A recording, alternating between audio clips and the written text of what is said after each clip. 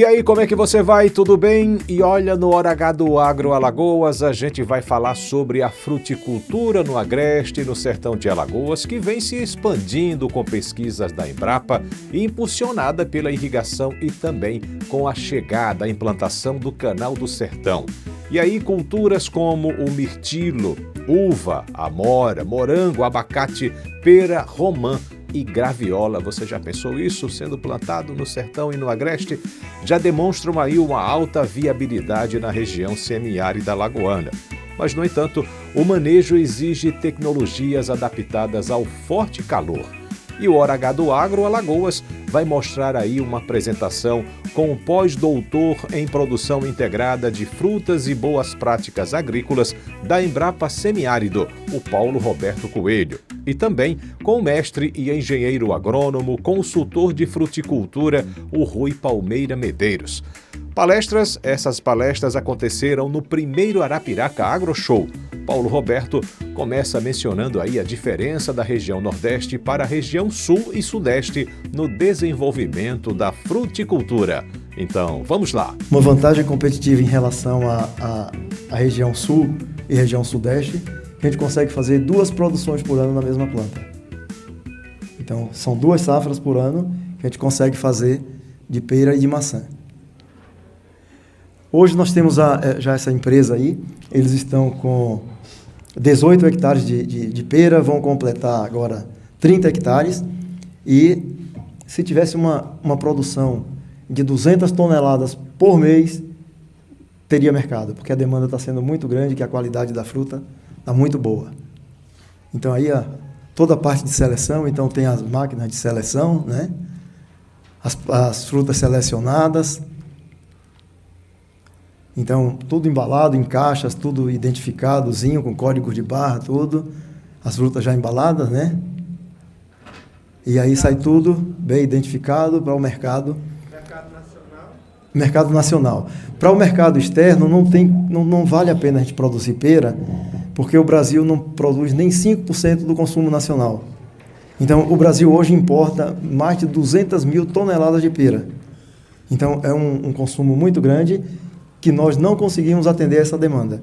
Então, hoje, o preço no mercado nacional é melhor do que você pensar em exportação, já que a gente não tem ainda volumes para pensar nessa coisa, né, de exportação.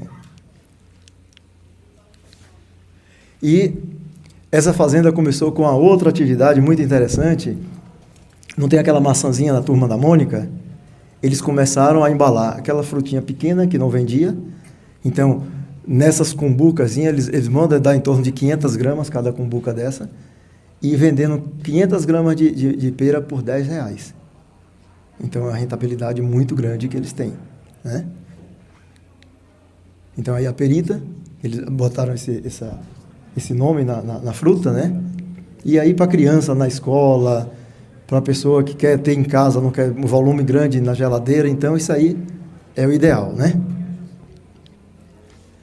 E nós temos também na Embrapa hoje, conduzindo, umas atividades com a cultura da pereira, onde nós instalamos lá uma coleção de seleções da Embrapa, uva e vinho, lá em Bento Gonçalves, tem um programa de melhoramento.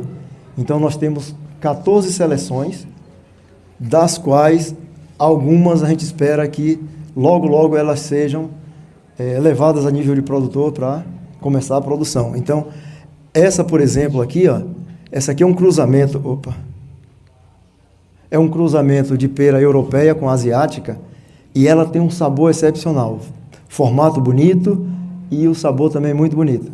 Então, essa aqui a gente está querendo ver quando essas plantas entrarem realmente em produção, para ser uma pera gourmet, para a gente distribuir nas grandes lojas que vendem aí produtos diferenciados. Então, ofertar essa e outras variedades que nós temos lá como produto gourmet e conseguir um melhor preço para os produtores. Outra cultura que a gente tem trabalhado muito é abacate. Então, essas plantas que vocês estão vendo aqui, essa carga, para vocês terem uma ideia, é uma planta que fez 2 anos em fevereiro agora desse ano. E a gente já consegue produção como essa. Isso é na região de Guanambi, no estado da Bahia, já quase no norte de Minas. onde nós montamos umas coleções, Guanambi, Bom Jesus da Lapa e Xique-Xique, e agora está fazendo em Jaíba e Janaúba, onde nós temos conseguido fazer produção de abacate muito boa, tanto os tropicais, que são esses que são cultivados aqui na região, e como também aqueles avocados, que são aqueles que são exportados e que são usados mais como ensaladas, né? Então a gente tem conseguido bons resultados, e é uma cultura que aqui em Arapiraca, quem é daqui, quem é do entorno aqui, sabe que a possibilidade de produção de abacate aqui é muito grande, que é uma cultura que quase todo fundo de quintal tem. Então a gente precisa o quê? Trazer materiais de qualidade e fazer cultivos assim tecnificados, para que o produtor possa ter uma produtividade maior e uma rentabilidade maior. Então é uma das culturas que a gente tem trabalhado e que tem a possibilidade de se cultivar aqui. Pois não? Professor, pois não. quando ela nasce, quanto tempo passa para o senhor levar para o plantio? A muda de abacate, elas normalmente a gente compra a muda enxertada. Ah, é enxertada. É. Então compra enxertada, faz o plantio e chegando já no segundo ano a gente já começa a ter alguma produção. Aí tudo bem. Você quer a planta mesmo, a semente? Não. Isso em condição irrigada, né? Tudo bem. Me respondeu. Aqui, ó, para vocês terem uma ideia, as pessoas aqui, né? Opa. As pessoas aqui e essas plantas aqui, tá precisando de poda, né? Mas são plantas com 2 anos e 2, 4, 3 meses, coisa assim. Já pode podar elas? Já. Pode fazer o enxerto aí? Já pode podar, era para ter sido feita uma poda, mas nessa área aí eu tenho, assim, mais de uns 8 meses que eu não vou nessa área, que eu tive um problema de saúde e não pude viajar. Então agora que eu vou retomar esse trabalho. Então, agora que a gente vai ajustar a poda nessas plantas. Aqui é o... Professor, uma dúvida aqui. Pois não. Vem para ouvir o senhor. Vamos lá. Ele está me dizendo aqui, não, rapaz, ela já foi enxertada. Eu estou perguntando se ela com 2 anos, na hora que está produzindo, certo? Já pode enxertar os outros galhos, certo? Já pode ou tem que esperar? Não, pode aproveitar esse galho para fazer mais mudas se quiser. Planta a semente, pega o galho e pode fazer mudas, né? O galho não é a planta, não. É o galho. Porque Matuto é assim mesmo, não tem que... Aqui, ó, é Aqui é o abacate, o Hass, né? Ele cultivado lá na região quente, que normalmente ele é cultivado em região de clima temperado, onde tem uma amplitude térmica que permita uma boa floração, mas mesmo assim a gente tem conseguido uma boa frutificação, uma boa produção. O Hass, aqui já você pode ver aqui uma fruta já madura, né? E um calibre assim padrão exportação. Então muitas empresas em Petrolina hoje já estão fazendo áreas comerciais pensando na exportação. Isso porque é possível ter uma janela onde a oferta de avocado no mundo é muito baixa, então a gente entra nessa janela ofertando frutas e tendo maior rentabilidade para o produtor. Aqui os tropicais, outros, geada, fortuna, margarida, breda, tudo aí colhido, né? Então a gente tem conseguido um resultado muito bom na produção de abacates. Caqui é uma outra cultura que a gente trabalhou e vem fazendo algum trabalho, mas é uma cultura assim que tem um desenvolvimento muito lento. Ela demora muito para entrar em produção. Então a planta dessa tem que ser bem manejada e para ela ter uma produção comercial só a partir do 4º ano. É normal aqui em outras culturas aqui na região, quem mexe com fruticultura, a partir do 4º ano que você vai ter uma produção comercial. Então o caqui, você tem que trabalhar muito, que se você não fazer um trabalho de poda verde, um trabalho de indução de brotação, você passa 1 ano, 2, 3, 4 e a planta não sai do lugar.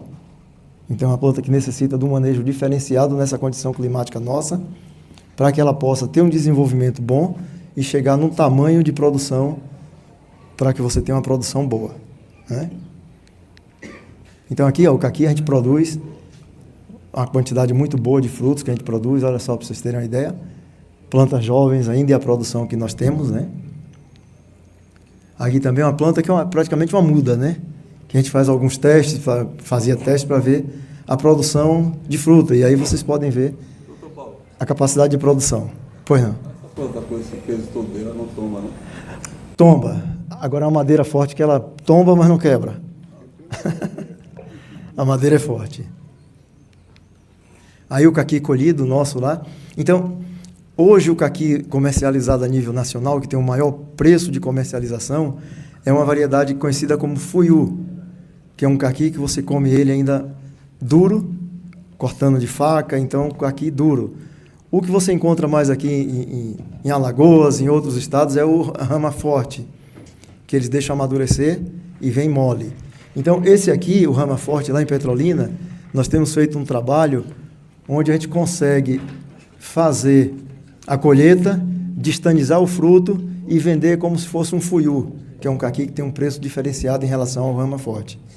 Então, quem tiver caqui produzir nos meses de novembro, dezembro, principalmente na semana do Natal, mandando para São Paulo, vende por um preço assim astronômico, porque a japonesada que mora em São Paulo adora caqui e, tendo no mercado no mês de dezembro, eles pagam o que for pedido em termos de preço.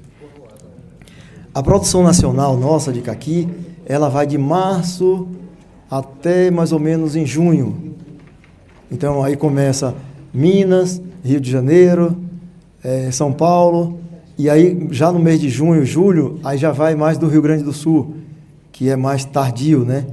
A diferença de clima permite que ele vá um pouquinho mais. Então, tem uma janela muito grande que não tem caqui no mercado nacional. Então, depois do mês de julho, não tem caqui mais no mercado nacional. A partir do mês de outubro, entra caqui da Espanha, e você pode ver nas lojas de frutas aí que 1 quilo é R$20, mais de R$20. Então, é uma cultura que tem um apelo comercial e tem um preço diferenciado nos períodos de entre safra. Outra coisa do caqui é que a gente pode fazer também 2 produções por ano na mesma planta. Então, a gente faz a produção, terminou a colheita, você dá um descanso de 15 dias, 30 dias, faz uma nova indução e você tem uma nova produção de caqui.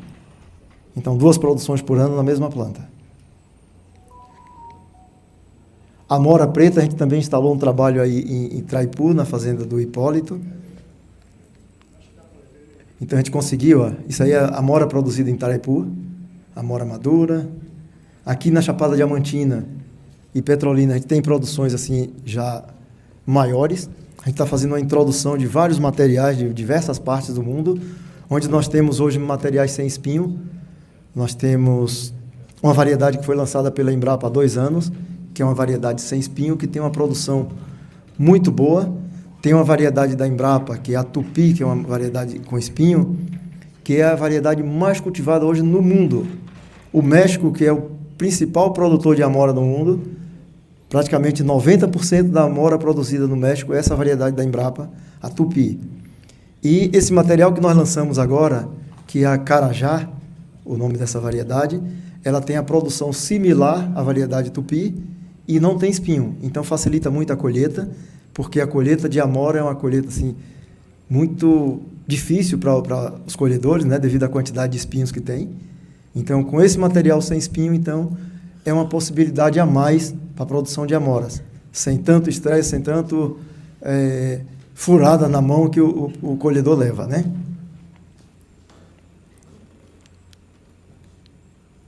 E outra coisa também da amora que é muito interessante é você fazer o processamento. É uma coisa que qualquer produtor pode fazer.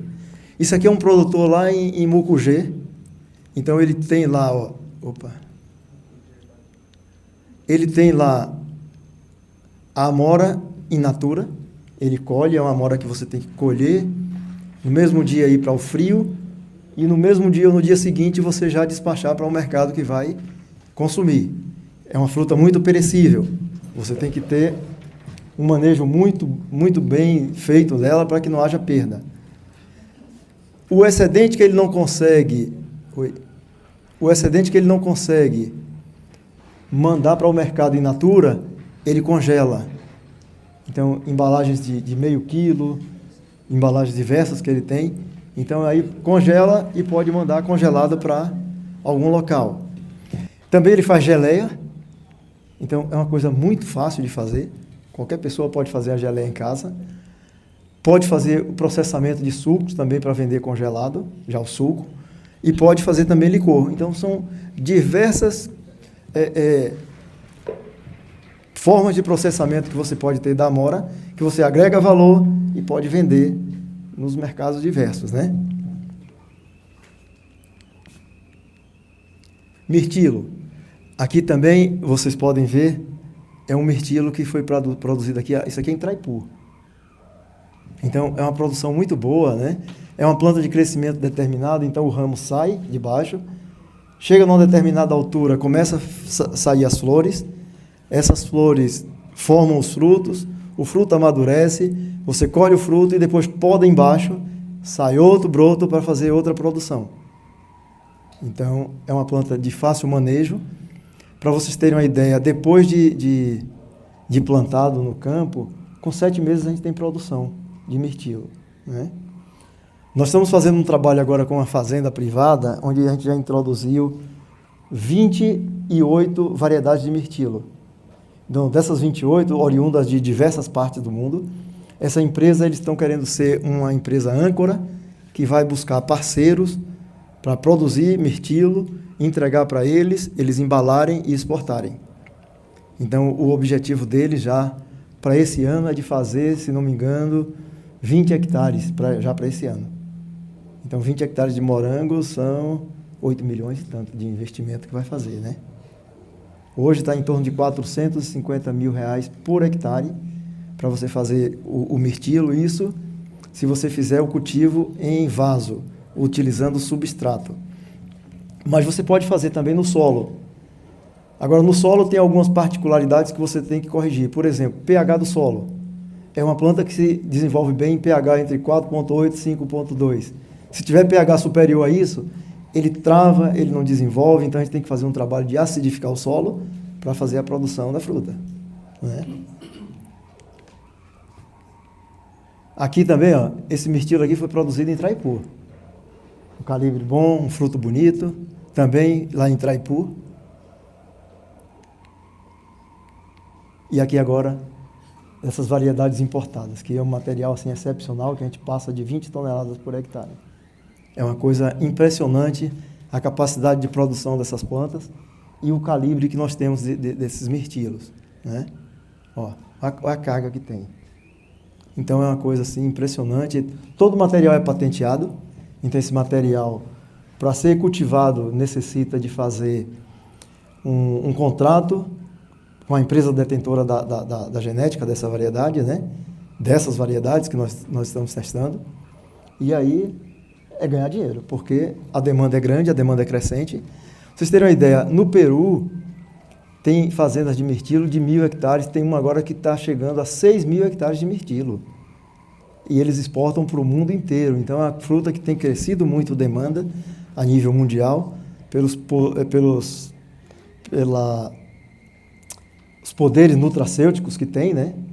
Então, são frutas que produzem antocianinas, radicais livres, que hoje a demanda está muito grande no Brasil. E também, ó, o excedente, o que você não conseguir colher, embalar, vender, nem congelar, você pode também processar, fazer geleia do mirtilo só, da amora só, geleia de mirtilo com amora misturado. Então, você pode fazer o que quiser, agregando valor para que a unidade produtiva tenha uma rentabilidade melhor. Aqui, ó, para vocês terem uma ideia, olha o calibre dela. A mão da pessoa e o calibre. Então, normalmente, a variedade mais cultivada aqui a nível de Brasil hoje é a Biloxi, que é uma variedade oriunda dos Estados Unidos, da região de Biloxi, no Mississippi. Por sinal, eu trabalhei até 1 ano com esse material lá no Mississippi, quando eu estava estudando lá. Então, é um material que o calibre dela é desse aqui, ó, comparado com esses outros, né? Uma variedadezinha pequena, mas é um material bom. Então, é um material que não tem patente e qualquer produtor pode cultivar. Esse material vende bem? Vende muito bem, porque é um material que tem um sabor bom, tem uma pós-colheita boa e no Brasil ainda não se tem materiais com essa qualidade aqui para o consumidor. Então, a Bilox faz muito bem. E tem outros materiais também, oriundos da Universidade da Flórida, que são materiais que já não têm patente e que poderão também ser cultivados aqui na região ou em outras regiões também. Aqui o mirtilo colhido. Então, isso é um material lá da fazenda que a gente está fazendo esse trabalho. Aqui é o material já embalado, que eles já estão distribuindo, está mandando já para a Holanda e para outros países. E aqui, ó, as cumbuquinhas são cumbuquinhas de 100 gramas que, se você for olhar, por exemplo, em Maceió, vai no Palato, você nunca encontra por menos de entre 10 e 20 reais uma cumbuquinha dessa de 100 gramas de fruta, né? Então, é uma fruta cara no momento, que vai continuar cara por muitos anos e que tem um apelo comercial muito grande e uma demanda muito grande. Aqui também nós começamos um trabalho com morango aqui em Arapiraca, não foi, Bernardo? Trouxemos as mudas, quer dizer, trouxemos as matrizes, fizemos as mudas, mas a coisa não andou muito. Mas o potencial aqui é muito grande, que essa variedade nova da Embrapa, a variedade chamada de Fênix, é uma variedade que ela é diferenciada em relação aos outros morangos que você tem no Brasil. É um material que o fruto é um fruto crocante. Se você abrir uma caixa dela aqui, todos vocês que estão aqui no entorno vão logo sentir o cheiro, que ela tem um aroma muito forte. A doçura dela é muito bom. E o calibre. Então, é uma fruta excepcional que tem condições de ser cultivada aqui, porque é um material de dias neutros, né? Não necessita ser cultivado em regiões frias. E tem a possibilidade de produzir aqui. Então, aqui, ó. Olha só. Isso aí é numa fazenda que a gente tem um experimento lá em Jacobina, na Bahia. Então, a gente levou o material para lá e já está fazendo produção, né? Olha só a qualidade desses frutos. Então, um fruto de boa qualidade, né? E quem come desse morango uma vez, não quer mais de outro. Outros produtores que nós temos lá, os experimentos lá em Barra da Estiva, na Bahia também. Então, o produtor fez uma área experimental dessa aí, e aí começou a colheita. Aí eu falei para ele, por que o senhor não embala separado o morango que você tem aqui e essa variedade nova? Aí ele começou a embalar separado, então ia de uma e de outra. Então, no dia que que a pessoa que comprava provava essa nossa da Embrapa, não queria mais da outra. Só que a área dele era pequena, o pessoal tinha que comprar porque não tinha assim volume para atender. Mas é um morango que, se você comer uma vez, você só vai querer comer dele depois. É um material assim excepcional. Olha só a qualidade desse morango. E a doçura, a crocância, o aroma dele é uma coisa diferenciada. Hoje a gente tem assim confiança em dizer que essa variedade Fênix nossa da Embrapa é um dos melhores morangos que você pode comer hoje, é essa variedade Fênix. E agora, no próximo ano, tem um outro material para ser lançado e com características similares a esse que já foi lançado há dois anos atrás. Aqui é o Fênix colhido, né? É um morango muito bom. Era para a gente estar provando dele aqui agora, né, Bernardo? Mas não tem, ainda pode ser. Ele aí comercializado. Então, hoje, aquela região de Atibaia, em São Paulo, praticamente eles cultivam mais o Fênix, é o que eles mais cultivam hoje. Não cultiva mais porque tem limitação de mudas. Então, tem alguns viveiros já credenciados pela Embrapa para que faça a comercialização. As que nós trouxemos para aqui, nós trouxemos as matrizes. Então, dessa matriz a gente faz a muda e da muda a gente faz o plantio comercial, né? Nós temos também aqui, ó, lá na Embrapa, em Petrolina, pois não? Ainda sobre o morango. Sim. Né? Então, qual o tempo de produção dele? Já que o senhor está aqui trazendo uma proposta para a gente, né? Pequeno ou grande produtor, o senhor está trazendo uma proposta de novas culturas, certo? Então, assim, o morango, qual o tempo dele? Para entrar em produção? Sim. Você planta a muda, com 6 meses você tem produção. Certo. O senhor disse que fez um experimento aqui em Arapiraca. Foi, mas a gente só chegou à produção de mudas. A produção de mudas não foi a produção de frutas. Certo, mas existem essas mudas. Como que a gente consegue... Será que tem ainda lá, Ibernon? A gente pode ver, tá certo? E aí a gente pode montar uma área lá na sua e fazer um acompanhamento, tá certo? Nós temos também lá, ó, esse material de romã. Então são as seleções que eu fiz lá na Embrapa, então o material que veio na Frutilogística, lá na Alemanha, material oriundo do Afeganistão, do Irã e da Turquia.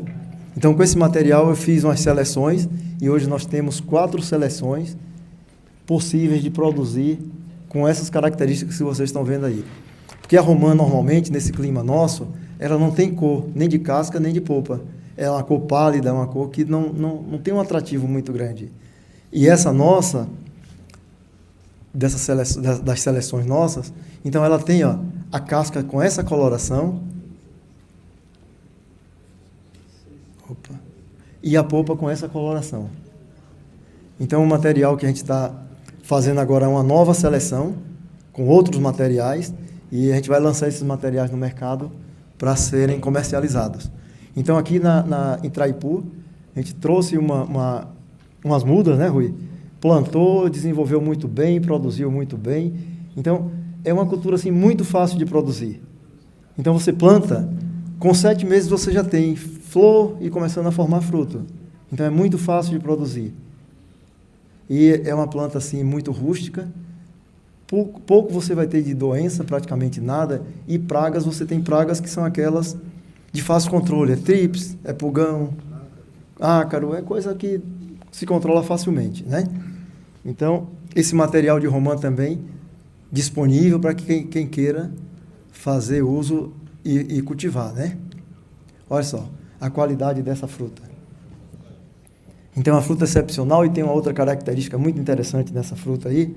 Essa aí é a seleção 12, que você pode usar ela fazendo uma salada, você pode comer, que a semente é tão pequena que você come a semente e não percebe que tem semente. Então é uma fruta muito boa, uma fruta que vai ter uma demanda muito grande. Essa fazenda que nós estamos fazendo esse trabalho com mirtilo, a gente já plantou uma unidade de observação com essas variedades, com essas seleções nossas, e a partir do próximo ano ele já está pensando em fazer uns testes de exportação desse material, com a vantagem que a gente pode produzir também fora da época dos grandes países produtores. A gente está no hemisfério norte, né? Então a gente consegue produzir numa época diferenciada e com isso ter um preço diferenciado também.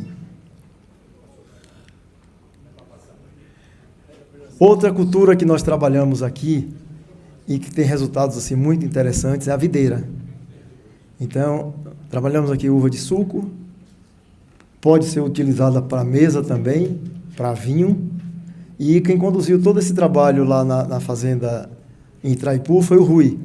Então o Rui vai dar continuidade a essa apresentação, que aí ele vai falar sobre a produção de uvas que ele conduziu aqui. E que agora também, aqui na cidade de Fonte d'Arca, Tanque d'Arca, a gente está fazendo lá uma área para montar uma vinícola, na área do prefeito, o doutor Luciano Barbosa. E o desenvolvimento das plantas está excepcional.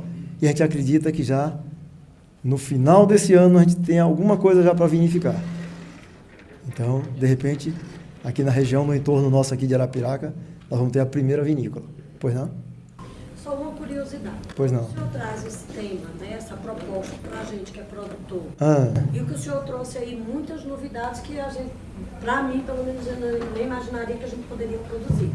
Mas dentro do que o senhor apresentou para a gente, o abacate, é como o senhor disse, que todo fundo de quintal tem. É só tecnificar a produção, né? Pronto. Aí, e assim, onde dentro do site, eu não sei, na prefeitura, que aqui a gente está com um problema, eu digo lá na plantação da gente, da verrugosa. No abacate? Então, sim. Que ele afeta a casca, mas não afeta a polpa. Mas ele aí não é comercializado, certo? Correto?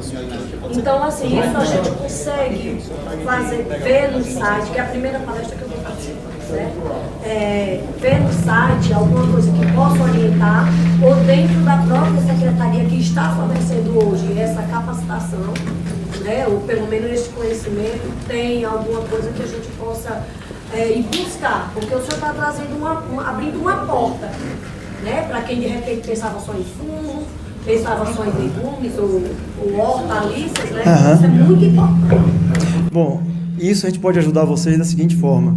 Vocês podem levar essa demanda para a Secretaria da Agricultura de Arapiraca. Eles poderão entrar em contato conosco e a gente auxiliar no que for possível. Mas a controle de verrugose no abacate não é muito difícil de fazer. Logo na saída do fruto, no crescimento do fruto, você pode fazer controle com cobre, que tem uma eficiência muito grande. O manzate tem uma eficiência boa também para a verrugose. Então, a demanda, a informação que você precisar, entre em contato com a Secretaria da Agricultura de Arapiraca. A Secretaria entrará em contato conosco e a gente pode ajudar no que for possível. A gente já tem uma parceria com a Prefeitura. Pois é, isso é bom. Com a Secretaria, com a questão do maquinário, isso já é importante. É mais a título de você estar conhecendo o que se tem, né? Que de repente não se é muito divulgado, vamos dizer assim, né? Que isso aí não é só para o grande produtor, porque o pequeno pode chegar também a ser grande. A maioria dos trabalhos esses que eu mostrei para vocês são em áreas de pequenos produtores. E então, o que a gente faz? A gente busca recurso na Codevasse, busca recurso através de emenda parlamentar e monta esses experimentos, principalmente em áreas de pequenos produtores. Que o objetivo nosso da Embrapa não é trabalhar para grande produtor, para médio produtor, nem para pequeno produtor. É para trabalhar para todo o público que explora a agricultura. Então, a gente está disponível para todos os públicos de produtores. Doutor, onde encontrar a muda da maçã? A gente tem comprado no Rio Grande do Sul, no Paraná, em Santa Catarina. Como? No caso da maçã, não adianta você trazer só uma variedade. Você tem que trazer 2 variedades. E essas 2 variedades têm que ter floração coincidente, para que você tenha polinização e tenha o fruto com crescimento comercial. Na pera, da mesma forma necessita, mas a pera, nós temos uma coleção na Embrapa, para vocês terem uma ideia, são 28 variedades. A gente já teve épocas de ter floração coincidente de mais de 20 variedades. E, no entanto, o que acontece? Nenhum fruto polinizado. As abelhas não gostam da flor da pera, então a gente faz o quê? Partindo do mesmo princípio da produção de uva sem sementes, que você faz um aporte de ácido giberélico. Quer dizer, a semente, ela produz o ácido giberélico para potencializar o crescimento do fruto. Como não tem semente nessas frutas, então a gente faz a aplicação do ácido giberélico. Então você potencializa a multiplicação celular e você tem um fruto com tamanho comercial. Na maçã, então, 2 variedades, uma poliniza a outra, que tem uma polinização muito boa, as abelhas visitam bem as flores da maçã, e com isso a gente consegue uma produção boa. Agora, quem quiser plantar alguma coisa tem que sempre estar consciente. Tem que ter 2 variedades. Uma só. Você vai ter um fruto que não vai crescer, um fruto que não vai ter semente. Então, um fruto que não tem valor comercial. Tá certo? Bom, doutor, e assim, a minha preocupação com o abacate é justamente porque hoje nós estamos com 23 caixas de uva sul-nordestina se ferrando. E uma das indicações foi que plantasse abacateiros. Próximo, a gente já tem limão, né? Pediram pitanga, goiaba e abacateiros. Então, assim, por isso a minha preocupação. Eu não sabia nem que eu ia ter esse ganho aqui hoje, né? Meu patrão que me pediu para mim vir é a minha patroa. Então, para mim já é um ganho muito grande saber dessa possibilidade. Pois, possibilidade grande. E a demanda de abacate no Brasil, não só do Hass, mas os tropicais também, a demanda é muito grande. Você chega em qualquer supermercado em Arapiraca, você não vê abacate por menos de R$7, R$8 o quilo. Né? E até porque essa nova geração saúde, né? O pessoal que treina... Pois é. Pessoal isso mesmo. Trabalhando na saúde, né? Pois tá bom, então eu agradeço pela atenção de vocês e quaisquer perguntas que vocês queiram fazer, eu estou à disposição aqui. E para dar continuidade a essa apresentação nossa, aí eu convido o colega Rui, que também é outro colega assim. Pois não. Vocês têm algum experimento no sertão de Alagoas? A Embrapa tem vários trabalhos aqui na região dos lagos. A gente tem aqui, Delmiro Gouveia, mas não com essas culturas. Delmiro Gouveia, tem Olho d'Água, tem ali Canidé de São Francisco, já em Sergipe. Então, em vários municípios aqui em Alagoas tem esse trabalho que a Embrapa faz de desenvolvimento rural. Deixa eu terminar só um pouquinho ainda, certo? De pera, nós fizemos um trabalho também, nesse trabalho de desenvolvimento rural que a Embrapa tem, em Casa Nova, na Bahia. E no mês passado a gente fez um dia de campo que foi excepcional. O produtor colhendo pera, vendendo já muito bem e resultado muito bom. Aqui agora vai. Então, para dar continuidade aqui à apresentação, eu convido aqui o colega Rui. Eu vou dar continuidade ao que o Paulo apresentou, principalmente no tocante ao trabalho com uva, né? Eu tive a grata satisfação de acompanhar Paulo nesse trabalho que foi feito lá em Traipu, com mirtilo, com pera, com maçã, e eu que sou oriundo lá de Traipu, né? Sou barranqueiro do São Francisco, para mim era assim um desafio imenso, né? Ver aquela região, que é uma região árida, pobre, né? Produzindo uva, produzindo maçã e produzindo pera. Mas então, o trabalho que foi feito, eu vou apresentar aqui, o trabalho que foi feito em Traipu, muito rapidamente, porque a gente já está um pouco atrasado, e um trabalho que está sendo conduzido lá em Tanque d'Arca. O trabalho de Traipu, basicamente, ele foi feito para avaliação de cultivares de uva para a produção de suco e ou vinho. Então, nós avaliamos a BRS Magna, é uma variedade desenvolvida pela Embrapa. Ela se presta para a produção de suco e apresenta um Brix de 18%, 18 graus, mais ou menos, e também ela pode se prestar para o consumo in natura.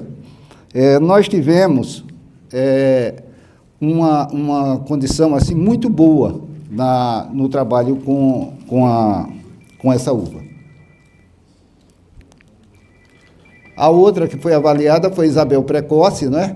Que nós fizemos o mesmo procedimento que foi feito para a Magna, foi feito para a Isabel Precoce também. A área cultivada foi de meio hectare de cada uma, né? Com número de plantas de 1.078, espaçamento de 3 por 1,5, né? E a condução enlatada. Existe basicamente duas formas de conduzir as videiras. Enlatada ou em espaldeira. E aí dentro disso existem as variações de espaldeira, em lira, enfim, tem outras coisas. Essa é uma uva também que é utilizada para produção de vinho de mesa, né? De suco, e para consumo in natura também. Inclusive, ela antigamente não, antes das uvas em sementes, né, Paulo? Uma das uvas mais comercializadas era essa, né? Quem é aqui quem já está aí na idade 200, deve ter visto em algum tempo que eram vendidas aquelas caixinhas de uva, né? Caixinhas de madeira, que era uva com semente, e a maioria dela era Isabel. E hoje ainda ela é muito cultivada por conta desses vinhos tintos, vinho de garrafão, esse vinho que é consumido normalmente, que chama vinho de mesa, né? E que ele basicamente é feito dessas variedades. Então, a ideia aí era a produção de suco. E a terceira variedade que foi trabalhada foi a violeta. Por quê? Porque o trabalho com violeta é uma uva tintureira. Então, para dar aquele padrão de cor ao suco, às vezes você precisa adicionar, fazer um corte, utilizando uma outra uva para dar uma cor melhor.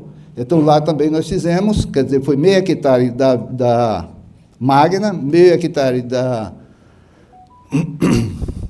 Isabel e 0,21 hectares da violeta.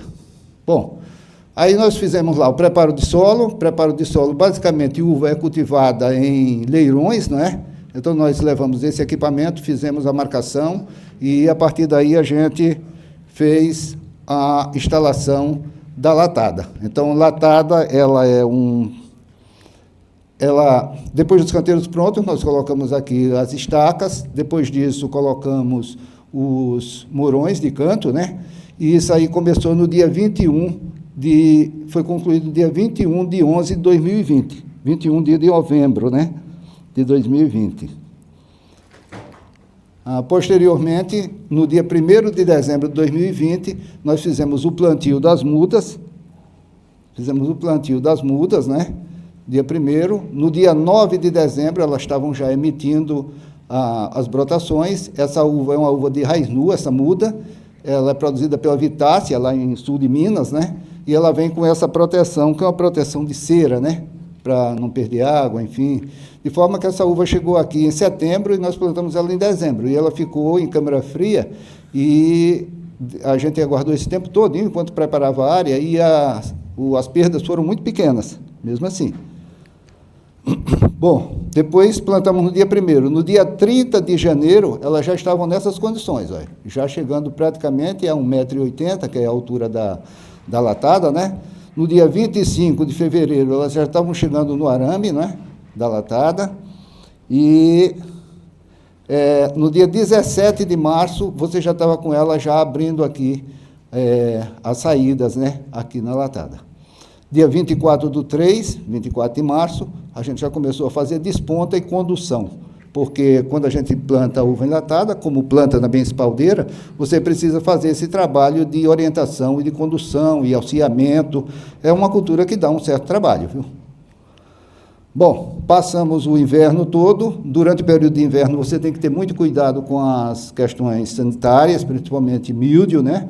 Então, precisa ter um cuidado para não perder as folhas dessa planta, porque ela vai acumular reserva durante esse período de inverno também, não é? Porque aqui nós temos o nosso inverno não é tão frio que ela entre em pousio, entre em repouso, né? Então, quando chegamos lá no dia 14 de outubro, né, que já as chuvas já tinham cessado, aí então foi feita a poda, né? Feita a poda de frutificação, e já no dia 3 de novembro você já tinha um aspecto dessa condição aqui, você já tinha o florescimento e já o início da frutificação.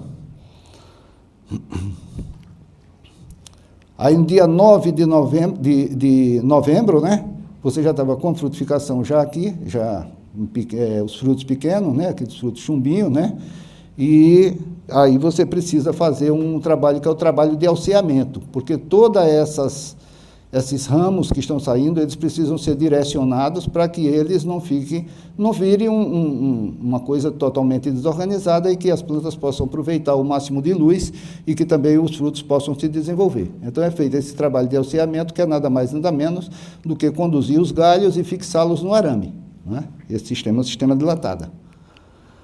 Bom, aqui no dia 7/12, né, ela já tinha completado um aniversário de plantio, né, ela foi plantada no dia 1º/12 de 2020, no dia 7/12 de 2021 ela já estava nessas condições aqui, já com a frutificação já bem apresentada, e começamos a colheita no dia 31 de dezembro, na véspera de ano mesmo, e no dia 5 de janeiro, já havia maturação e colheita nessas condições. Isso aqui é uma foto, né, lá de Itraipu, não é?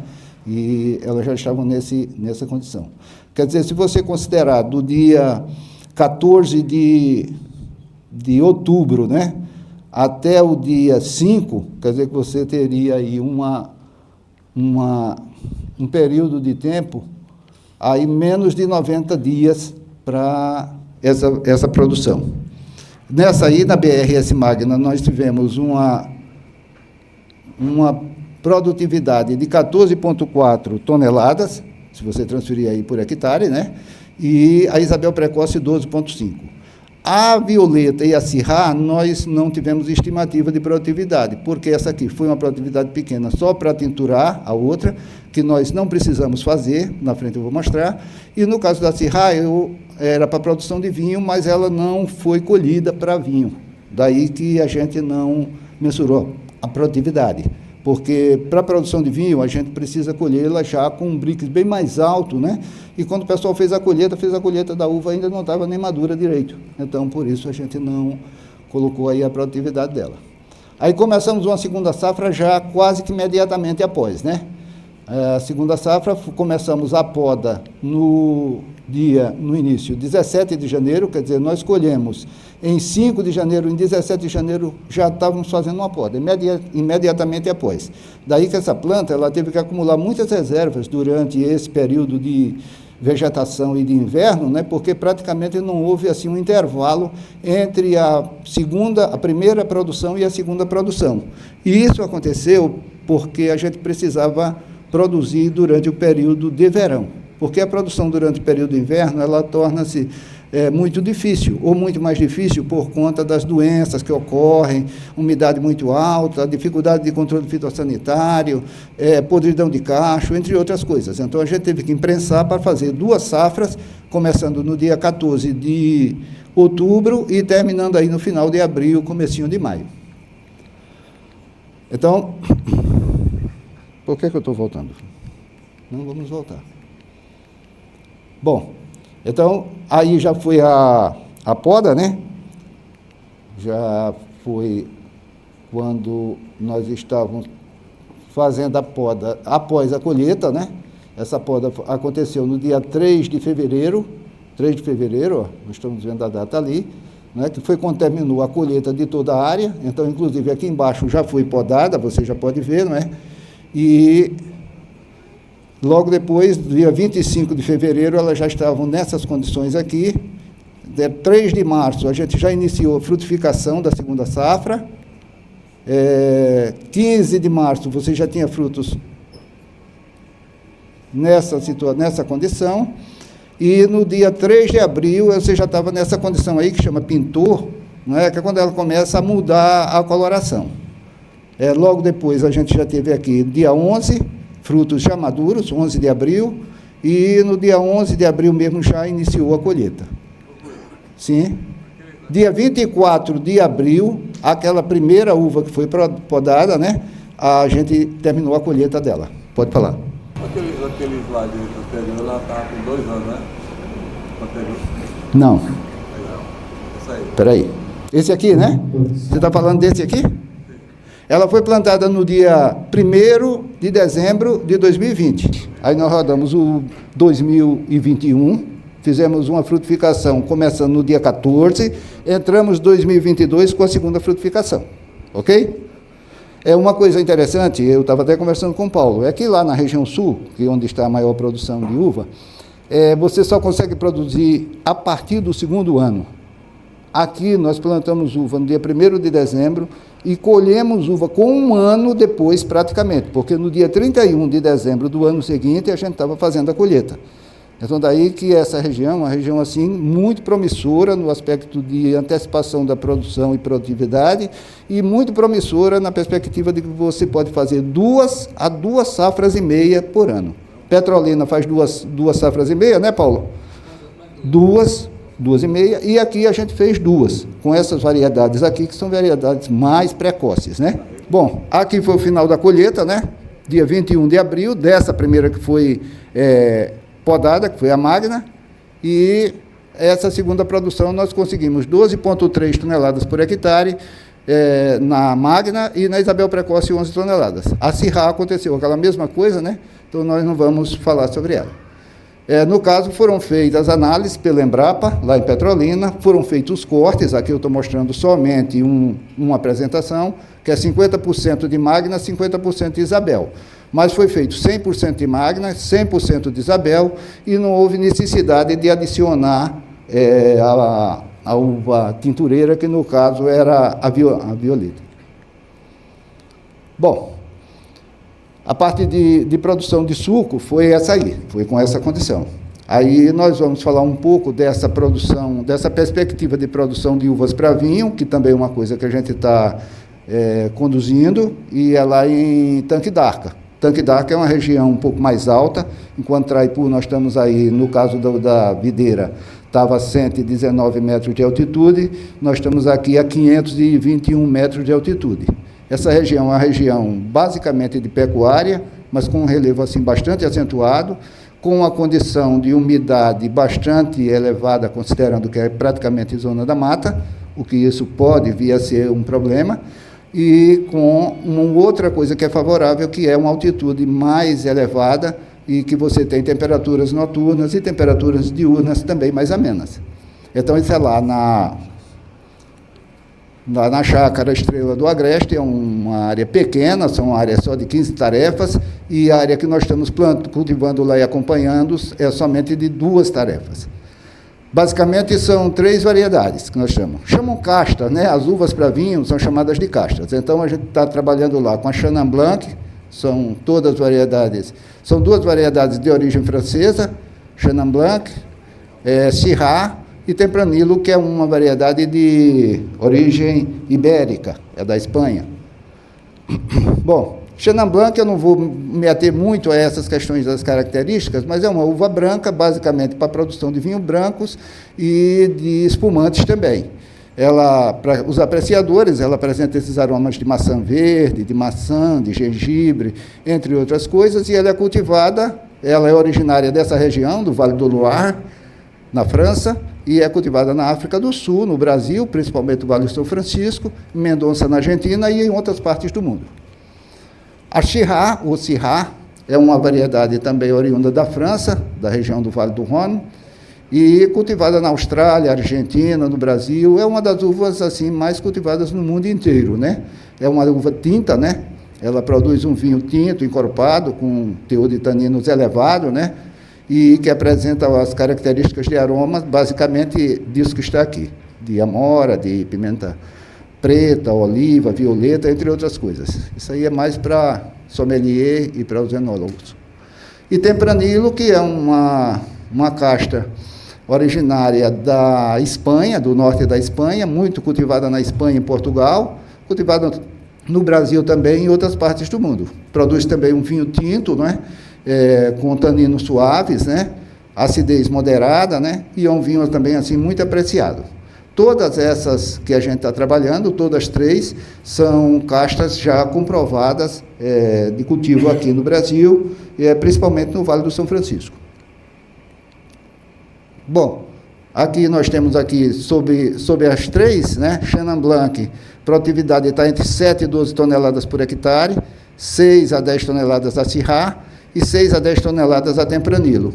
E o rendimento de vinho está entre 650 a 700 litros por tonelada. Basicamente, vamos falar assim, que 1 quilo a 1,2 kg de uva dá uma garrafa de vinho. Uma outra observação também é que se fala assim que o menos para vinho é mais. Muitas vezes você não está em busca da maior produtividade em quantidade de uva e volume de uva por hectare, mas de uma quantidade de uva com alta qualidade em termos de acúmulo de açúcares, em termos de acúmulo de taninos, em termos de BRICS, para que você possa conseguir uma safra de vinho de ótima qualidade, que é o que faz com que isso aí tenha um valor de mercado bom. Bom, isso aqui está lá, nós temos Chenin Blanc 0,2 hectares, Tempranillo 0,2 hectares e Syrah 0,1 hectares. Total 0,6 hectares, que são basicamente 2 tarefas, né? Com espaçamento de 3 por 1,20, né? O plantio foi feito a Syrah no dia 21 de outubro de 2025, portanto, ela está praticamente com 6 meses. Chenin Blanc no dia 25 de novembro, está aproximadamente 5 meses. E a Tempranillo foi no dia 21 de agosto, 21 de janeiro de 2026. Aqui é quando elas foram plantadas logo, né? Na área que nós temos lá. A condução lá, diferentemente da de Itraipu, e é a condução mais indicada para uvas viníferas, é no tipo espaldeira. Mais na frente eu falo um pouquinho. Bom, sistema de irrigação, lá é uma área assim relativamente alta, né? Nós temos uma altura manométrica de 80 metros. Quando eu falo altura manométrica, é a diferença de nível do local que a gente está captando a água, mais as perdas que tem na tubulação, mais a pressão de serviço. Nós trabalhamos com uma vazão aí de 3 metros cúbicos por hora, ou seja, 3.000 litros por hora a 3,4. Vai depender aí um pouco da altura, né, em que estão as 3 parcelas. E o sistema de injeção de fertilizante que nós temos aqui, que é um sistema de injeção com Venturi, né, que é essa pecinha aqui. Aqui a água vem, passa por aqui, é filtrada, vai por aqui, desce e vai lá para a área de plantio. E toda a parte de fertilização e aplicação de qualquer um produto que eu queira aplicar via solo ou via água, né? Então ele é colocado nessa caixa, diluído aqui e injetado na tubulação. Não precisa ninguém ir lá para o campo. O sistema é controlado através de válvulas hidráulicas e eu abro um de cada vez e a vazão que nós trabalhamos é essa aqui, 3.000 litros por hora. Com um motorzinho bem pequeno, que é um motor de 1,5 cavalos para atender essas 2 tarefas. Bom, sistema de irrigação é por gotejamento, como lá em Itraipu também. Aqui nós temos gotejadores espaçados de 50 centímetros, não é? são as pessoas, gotejadores com vazão de 2,2 litros por hora, né? E importante aqui, são gotejadores autocompensados, né? Porque a área tem uma declividade bastante acentuada, né? Bastante acentuada, e se nós não tivermos o gotejador autocompensado, a gente vai ter uma variação de vazão significativamente alta entre a primeira linha e a última linha, ou entre a primeira planta e a última planta. Então, a gente optou por trabalhar com esse gotejador, porque aí você tem uma uniformidade de aplicação bem melhor. Bom, é uma linha somente de polietileno, né? Ao longo da área cultivada, o espaçamento entre plantas é 1,20 m e o espaçamento entre gotejadores 50 centímetros. Bom, essa aqui é a Syrah, é a primeira que foi plantada, foi no dia 21 de outubro, como vocês viram lá.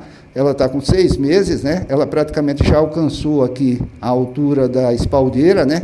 E aí nós estamos agora aguardando esse período que nós vamos ter de inverno e vamos cuidando dela para fazer a poda. A nossa expectativa é fazer em outubro, que é quando o tempo vai estar estiado. Esse sistema de espaldeira, ele é colocado uma estaca dessa a cada 3,60 metros. Ele poderia ser 4,80, né? Mas lá nós optamos por fazer um estaqueamento um pouco mais próximo, porque a área é muito alta e venta muito e podia, de repente, tombar a espaldeira. A altura dela é 2 metros, são 4 fios que vão aqui. O primeiro fio vai aqui a 90 centímetros, o outro 1,20 m, mais 4,60 m, mais outro aqui em cima com 2 metros, né? A altura do primeiro fio está a 90 centímetros, muito mais por uma questão ergométrica, né? Porque a pessoa que vai colher a uva vai estar aqui para não precisar se abaixar muito, né? Então a pessoa já vai fazer a colheita aqui. Bom, sistema de condução aqui, condução em desponta, normalmente a gente faz em L ou em T. Então, ela vai crescendo aqui, tem esse tutorzinho, quando ela passa do arame aqui uns 20, 30 centímetros, a gente vai aqui e faz esse corte, né, dela aqui, a uns 8, 10 centímetros abaixo do arame, e depois ela vai emitir aqui dois ramos, né, que vão se constituir nos 2 braços que vão no arame aqui. Lá na frente a gente vai ver melhor isso aqui. Há o sistema também que é conduzido em L, onde você tem a planta aqui, quando chega aqui você conduz em uma única direção. Quando você conduz nesse sistema de duplo, cada um braço desse aqui tem 60 centímetros, porque o espaçamento é de 1,20 m, e daqui então vão sair aqueles ramos produtivos que vão subir aqui no arame. Bom, aqui, como eu tinha explicado anteriormente, você tem aqui o tronco. Chegar aqui, você tem um braço para cá de 60, outro para lá de 60, ou um único de 1,20 m, se ele vier até aqui. E aqui você vai deixar essas saídas, né? Alguns chamam saídas, outros chamam varas, que fica em torno de 7, 8, eu vou dizer entre 6 e 8, numa média de 7 varas por cada uma planta dessa aqui. Se for em T, 3 de um lado, 4 do outro. Se for em L, a 7 ou 8 de um lado só. A altura de tronco, a gente já falou, 90 centímetros, né? E esses braços aqui, que vai ser de 60 ou 1,20. Bom, aí eu, terminando sobre essa questão da uva lá, eu falo um pouquinho aqui das oportunidades. Uma delas que eu vejo é o Canal do Sertão. O Canal do Sertão, eu estive lá semana passada com o Maruta, ele está por aqui, não sei se ainda está, mas estive lá e o Canal do Sertão é um rio passando naquela região sertaneja. É um canal com capacidade para 32 mil litros por segundo de vazão. Atualmente 2,6, porque está funcionando somente uma bomba, mas como são 12 bombas, você tem capacidade de aduzir um volume de água dessa magnitude. Aqui são 15 metros, boca desse canal aqui. Base inferior são 5. E tem 124 quilômetros de canal com água. Ou seja, tem uma distância como de Arapiraca a Maceió, de canal pronto. É uma região pobre, é uma região seca, com algumas limitações de solo. Eu estava conversando com o professor Márcio, e a tecnologia está aí, não é? Essas limitações de solo são limitações que a gente precisa superar, porque outras dificuldades já foram superadas. Quem haveria de dizer que aquele sertão de Itraipu pudesse produzir uva, pudesse produzir maçã? E aí eu lembro de mãe, A gente não chamava mamãe, não, chamava mãe. Eu lembro de mãe que ela dizia, meu filho, nesse cascai não dá nada, só dá quipai e mandacaru. E, na verdade, aquilo é uma região altamente promissora, claro que guardando as necessidades, as limitações e, principalmente, o aporte de tecnologia, mas eu vendo uma região daquela produzindo pera, produzindo maçã, produzindo uva, gerando emprego, gerando renda, é algo assim espetacular. E isso é fruto da tecnologia, é fruto da audácia também, da persistência de pessoas que acreditaram e tocaram para frente. Assim aconteceu com o Cerrado, que ninguém dava nada pelo Cerrado, custava um hectare o preço de uma carteira de cigarro Minister. Assim aconteceu com a região produtora de cana do estado de Alagoas, que os tabuleiros também não valiam nada. E, enfim, os desafios estão aí para serem superados, não é? Então, essa é uma potencialidade que eu vejo muito grande, não só para a uva, mas para tudo aquilo que a gente colocou. E tem lá o projeto Gavião, que eu pedi licença maruta para falar, que são 238 hectares, dividido em 19 lotes, sendo 3 lotes para cooperativas de agricultura familiar, 1 lote institucional e 15 lotes para ampla concorrência. O pessoal está trabalhando nisso agora para lançar essa concorrência pública e esses lotes serão disponibilizados para os agricultores. É o primeiro empreendimento, né? E eu espero que ele seja um empreendimento exitoso, porque em função disso abriria a possibilidade de se trabalhar muita coisa na área de fruticultura aqui no estado de Alagoas. Uma outra oportunidade que eu vejo também são algumas coisas que estão acontecendo, principalmente nos municípios que têm maior altitude, tipo Mar Vermelho, Chã Preta, Tanque d'Arca, Mata Grande, Água Branca, né?